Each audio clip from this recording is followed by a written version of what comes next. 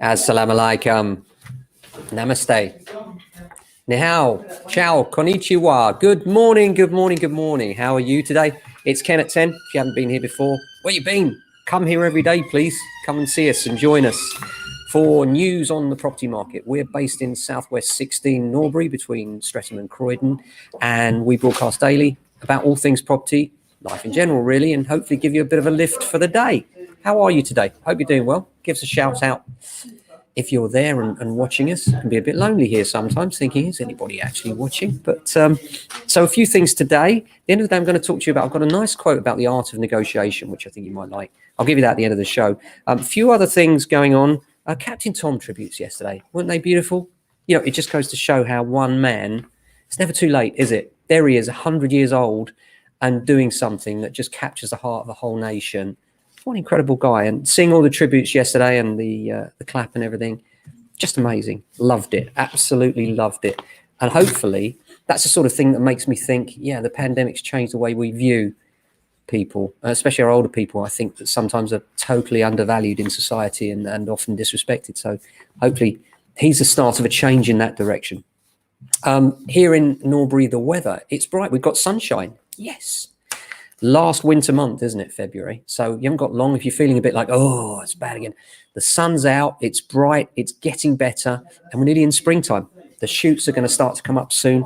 I always find that's time. I always remember a friend of mine, Kathy, saying that, you know, it shows like hope when you see, the sprouts coming up out of the ground, all the new daffodils and the like, and the snowdrops. There's something about this time of year that kind of gives you optimism. And I think we all need a boost of that, don't we, in these COVID times. But what about the vaccine rollout? That's been amazing, hasn't it? Can't believe how many doses we've already administered to the most vulnerable in society. It's just incredible. And that's one thing we can be proud of, one thing we can stay positive with. The government are saying that the stamp duty holiday has cost the government more than £500 million in lost taxes. Well, I'll argue that because they say that it's fallen by 16% to 2.76 billion in the fourth quarter compared with 3.29 billion. Not really comparing like for like, though, is it? Pre-pandemic and in the middle of a pandemic. So I think that that's actually an anomaly. And if you actually look at the real reality, what you would see is that no one would have moved whatsoever during the pandemic were it not for the stamp, or hardly any anyway, were it not for the incentives that the government made available with the stamp duty. So although they say they've lost money, I'd say they've gained more than they've lost because the number of transactions that have been brought forward. And of course, there is still stamp duty. It's only up to £500,000. It doesn't apply to everybody. And if you're a first-time buyer, then there are limits on how much you can spend before you get hit. And so also buy-to-let investors, they're still paying the 3%. So plenty of people out there are paying taxes. And on top of that, it's the rest of the economy that gets involved, isn't it? It's solicitors. Yes, hands up. We are also part of this chain, but also builders, suppliers, developers, so many people in the chain of property that actually contribute to the wealth of the country and the taxes as a nation. And I don't think that completely includes that. But nonetheless, they say that the momentum during the final months of that pandemic, the figures clearly show the positive impact that SDLT holiday has had for the property sector and the UK economy since its introduction. And that's fair comment, I think. Shortage of mortgages. Now, we've been talking for a while now about what we believe is a scandalous lack of support for first-time buyers by this government and by short-sighted lenders that don't seem to realise that if you want the housing market to get good stimulus, you need to start from the bottom. Without the first-time buyers at the bottom, there will always be a stagnation. And we need the first-time buyers to aspire to buy because it's good for the economy, but also we need to make it affordable for them to do so. And when we're talking about an average deposit with a decent rate of 20%, how are first-time buyers supposed to get that kind of money, especially here in London? We're talking, that's droves of money for the average person. So anyway, there's an article in the Times which says that first-time buyers require eye-watering deposits to get themselves on the housing ladders, according to Barclays. There are only a handful of 95% loan-to-value mortgages. Yeah, and you try and get one, they're almost impossible to get. The bank suggests that one way around the problem is through the Help to Buy scheme. We've spoken about this, haven't we, folks? Help to Buy scheme only helps builders. Why? Because builders are the only ones that can use it. That's no good to the wider market. Come on, Rishi, I know you watch the programme. It's important that you listen now. Make Help to Buy available to first-time buyers on the second-hand market, and you will see the market take off. We need to support our first-time buyers, not just in new builds. And I'll tell you why not in new builds. Because the moment you do that, what you do is give builders the incentive to up the prices, because the demand for those Help to Buy properties is so massive.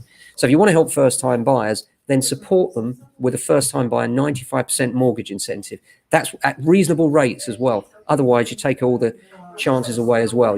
One of the things I've noticed is that, as a second-time buyer, with equity, you're looking at an interest rate of 1.5 to 3% on average. This is not mortgage advice, by the way. Whereas first-time buyers, that can go up significantly. And it shouldn't. We should be supporting the first-time buyers to help the rest of the market as well. Because, I think the short-sighted bit is people aren't seeing that without this stamp duty incentive, the market will be on its knees right now. And the main reason is the first-time buyers, or lack of them, that are able to afford right now, because of the massive deposits that lenders are demanding and the government aren't helping with by saying, we're supporting Help to Buy. You mean you're supporting your mates in the PLCs that run the building companies? Not acceptable. Help the wider market, help the first-time buyers. That's what we say. PM vows to help cladding victims. Well, again, really, Boris? Another soundbite?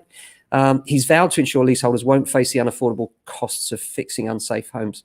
Well, there are millions of people already that find themselves with a cash call from their lenders. We spoke about one yesterday, a poor young lady who went bankrupt in order to get out of a flat where she had a huge bill she couldn't pay. So A, too little too late, and B, really, I don't think it's going to happen, but I hope it does.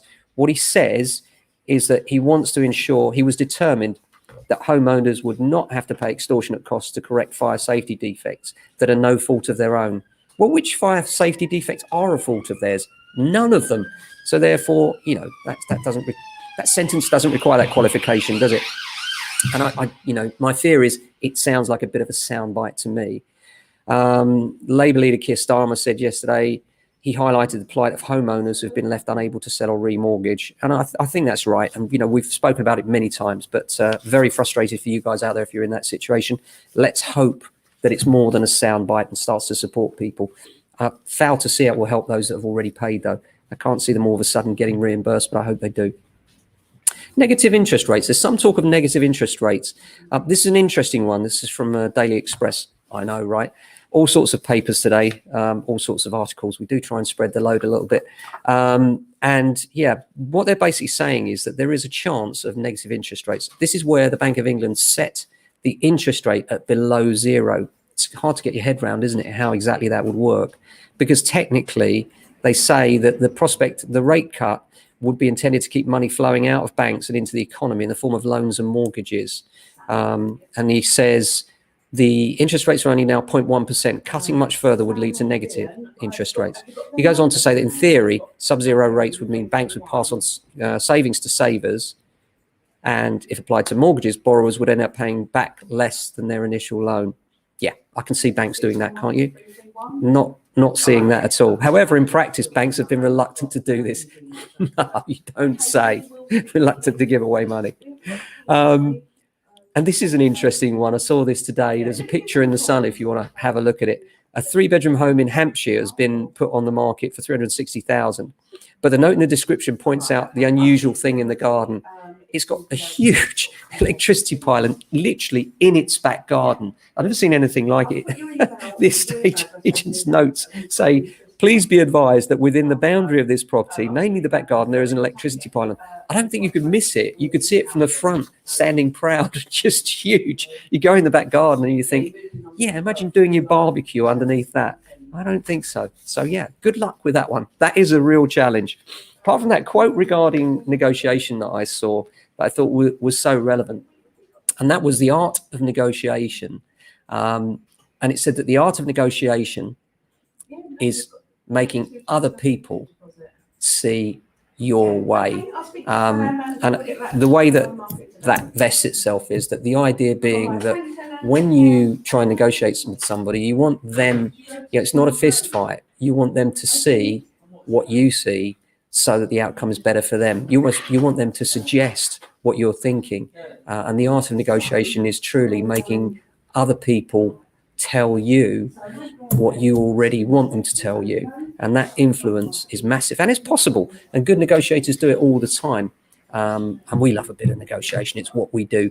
Apart from that, busy day today. Lots of out and about, some valuations, inspections, and going to see some very expensive properties today from one of our clients who's building in their garden a huge project and some very prestigious homes there.